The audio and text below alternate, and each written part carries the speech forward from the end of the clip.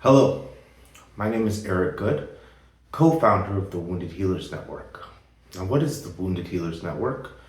Well, if you haven't seen any of our other videos, such as our intro video explaining how we got to where we are, I really recommend going and checking those out and getting all the details behind what we're trying to do and about our program.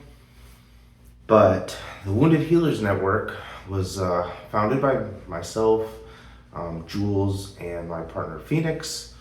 And we started this program to help people who feel like they don't know where to start. I've tried a couple programs out there over time that all make you feel like you maybe need to have some knowledge of something before you start this. Like almost make you feel, and then even then, they're not structured in a way where it's like start here and work your way up.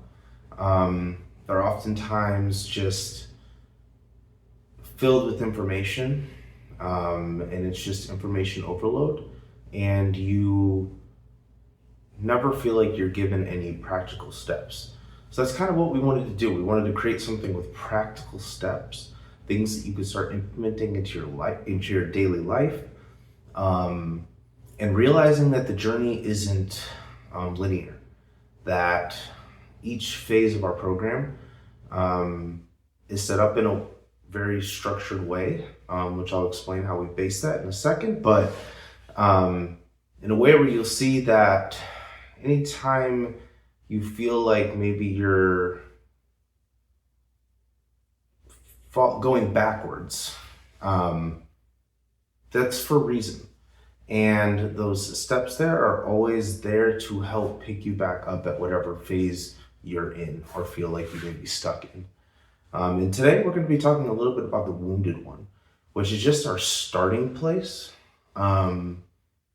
for the program. And so explaining the how we came up with this idea is based off of a verse from the Tao Te Ching by Lao Tzu. And it is a verse that goes, the part of the verse that we used was, when the Tao is lost, there is morality. When morality is lost, when the Tao is lost, there is goodness. When goodness is lost, there is morality. When morality is lost, there is ritual. Ritual is the husk of true faith, the beginning of chaos. Now, this shows a descent, kind of almost to where we are now, right? When you think about when the Tao is lost, the Tao is just the concept of unison. Yoga. It's just this unity, not only with yourself, but also within the earth and with the earth and everybody being in this place of unity, right? This total place of peace, bliss, whatever you want to call it. Now, when that is lost, we go to goodness. So goodness is, think about like kind of like the fall, right, of Adam and Eve. Goodness is this place where we start to try to explain what is good, what is right, what is wrong, because we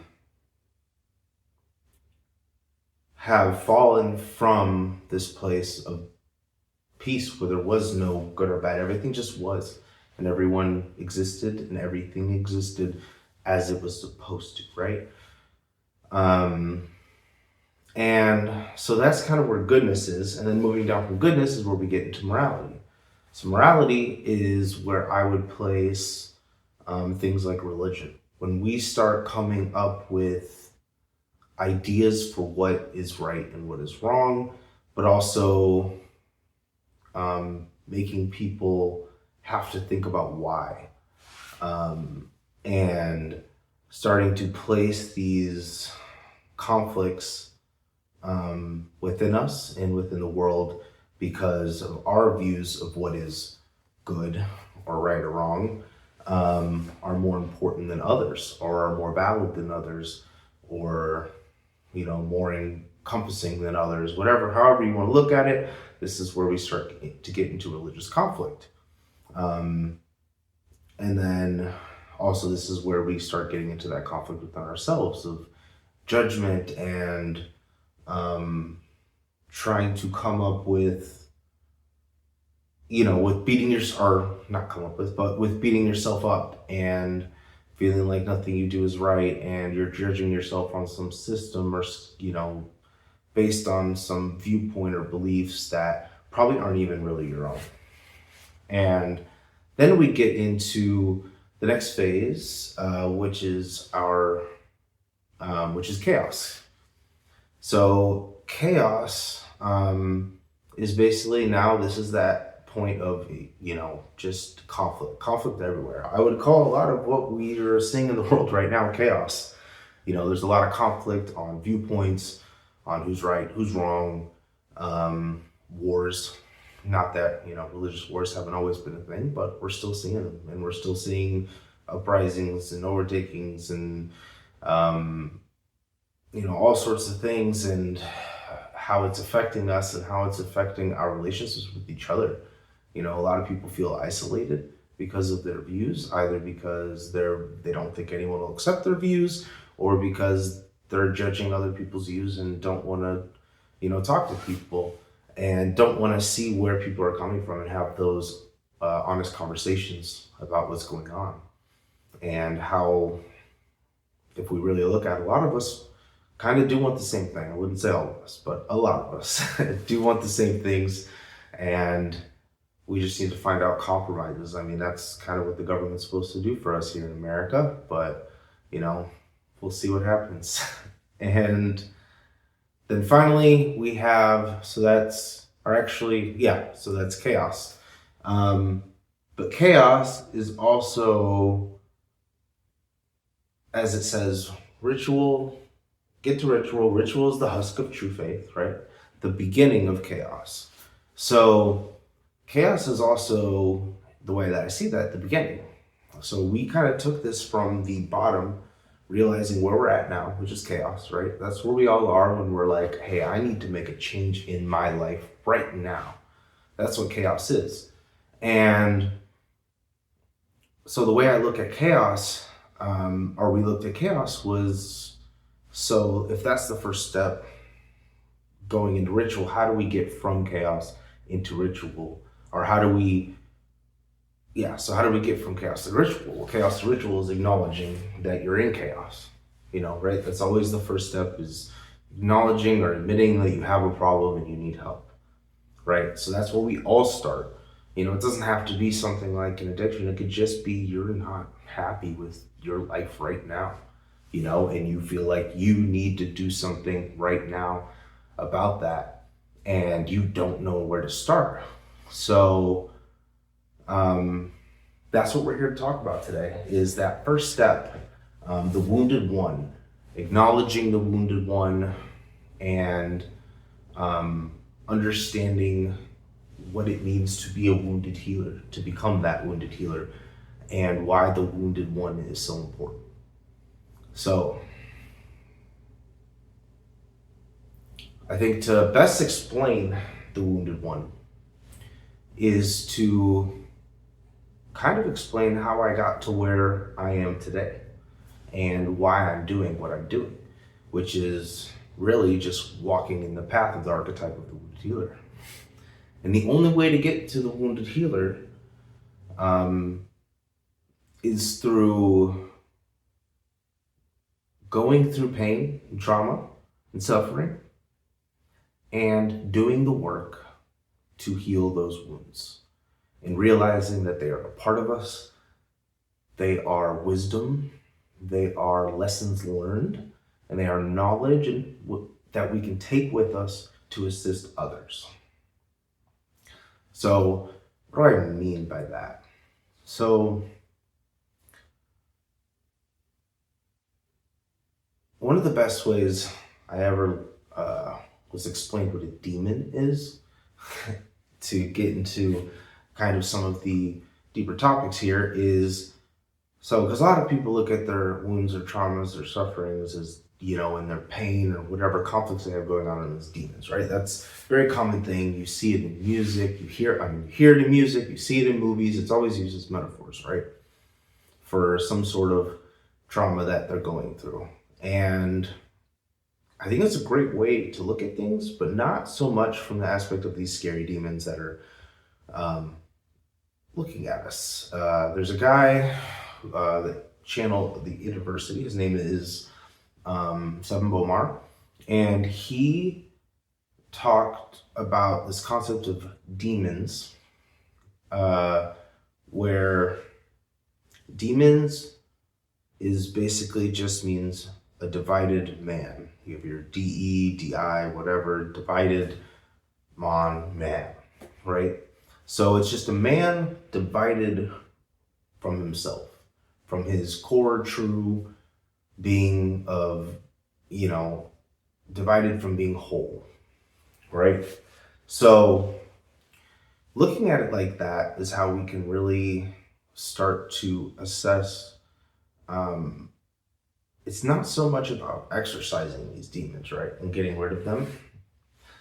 Think more of that instead of exercising in this way of getting rid of, we're more exercising, ER, working with these demons within us, working with these traumas and sufferings to get a stronger grasp of who we are and why we have either been stuck in a cycle of making these same choices that we haven't been making, or feel like something is off and wrong and I need to get out and I need to do something about it. So once we can start to acknowledge that, which is kind of what I had to do, for a long time, I was just going through the motions. I was just, I knew something. I don't even know if I knew something was off. I think I had to realize something was off to start to work these steps, and do this myself, and just through, the chaos of the internet and people I meet and trying to figure out, what practices to do and what things to do. But before that, I was just wandering. Doing things out of fear, out of anxiety, out of an inability to be present. And, I was doing things not only to harm myself, but, put those that I love and those around me in harm. And, I couldn't figure out what was wrong with me. And all I could think about was beating myself up. It was just a constant battle trying to fight these, being pulled in this direction of these urges and desires and, whatever else, to do things that I knew weren't good for me. And then doing those things because I'm being pulled to them, and then coming back and being stuck in this place of regret. But then doing it all over again because I didn't know what was wrong. And when I finally was forced to take a deeper look inside, and to really acknowledge what was going on with me, it's where I was able to start taking the steps I needed to. And, one of the first places I started was just in literature, reading as much of these texts and books and things that I could read that would try to point me in a direction of where to start and how do I get rid of this. And I spent years trying to get rid of what was inside of me. But it didn't work because that's not how this works. The only way this works is by acknowledging this pain and suffering, acknowledging the wounds that you have. They're just like scars in your body. They don't go away. These are just scars within. Scars that we need to let heal and stop picking at the scabs, right? Stop picking at these wounds, leaving them open, leaving them unable to heal. What we need to do is apply the kindness, the tenderness, the medications, the love, right? To heal those wounds. And that's what the wounded healer does. Because the wounded healer has to heal the wounded one within themselves to become the wounded healer who can then heal others. Right? They have to understand these wounds. They have to have been through them. They have had to have done the work themselves to heal others. And that's what we're really trying to do here, is help you guys heal yourselves so you can heal others. Because as important as it is that we all get ourselves out of this, we also have to help others. That is just equally, if not more important, is making sure that other people know there's a way out. Otherwise, we'll always be stuck in the chaos, right? We'll always be stuck in this division if everybody is stuck on the same level. So, that said, I'm going to leave it there for today. I think that's a great place to finish off and give you guys something to think about. I'm going to be putting out new videos every week, talking further into some of these topics and some of these archetypes, and also providing some guidance about what you can start doing now. So I look forward to talking to you all again. Please like, subscribe, leave a comment. We're always open to talk. You can follow me on Instagram. My Instagram tag, I think, is Eric Good the Healer, or Eric Good the Healer. And then there is our Wounded Healer Network on Instagram, the Wounded Healer Network, no S, because I don't know what happened there. So feel free to follow us on there. Also shoot us a message. We're always open to talk, exchange ideas, and learn more about the people who are interested in this stuff and are trying to take those steps. So, wholeness, have a great day.